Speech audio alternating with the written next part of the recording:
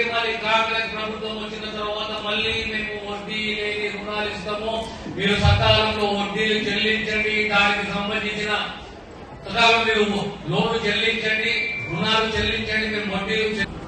ఈరోజు క్యాంటీన్లే కానీ, పెట్రోల్ బంక్లే కానీ, యూనిఫామ్ల కుట్టడమే కానీ, పాడి పరిశ్రమలే కానీ, ప్రతి రంగంలో ఈ సెల్ఫ్ హెల్ప్ గ్రూప్, మండల సమైక్య, జిల్లా సమైక్యకు అవకాశం ఇవ్వాలి, వాళ్ళు పాల్పంచుకోవాలి, వాళ్ళు ఆర్థికంగా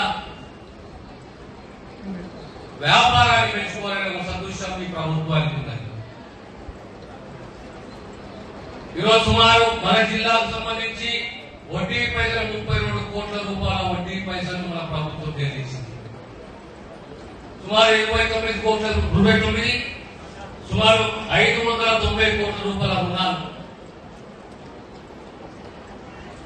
ఎన్ని కార్యక్రమాలు చేసినా చివరకు ఆ మహిళకు గౌరవం ఎప్పుడు వస్తుంది అంటే ఓ చెల్లెగా, ఓ బిడ్డగా, ఒక భార్యగా బాధ్యతతోటి ఆ గౌరవము సమాజంలో ఇంట్లోకి మొదలు పెడితే సమాజంలో గౌరవం ఎప్పుడు వస్తుందంటే మీ ఆలోచన విధానం,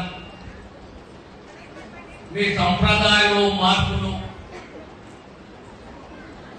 విద్యావంతులు, విద్య ద్వారా తరగ శక్తి పెరగడము. ఒక మహిళా విద్యావంతులైతే ఆ సంసారంలో మార్పు వస్తుందట. అయితే ఈ రోజు చివరకు యూనిఫామ్ స్టిచ్చింగే కానీ,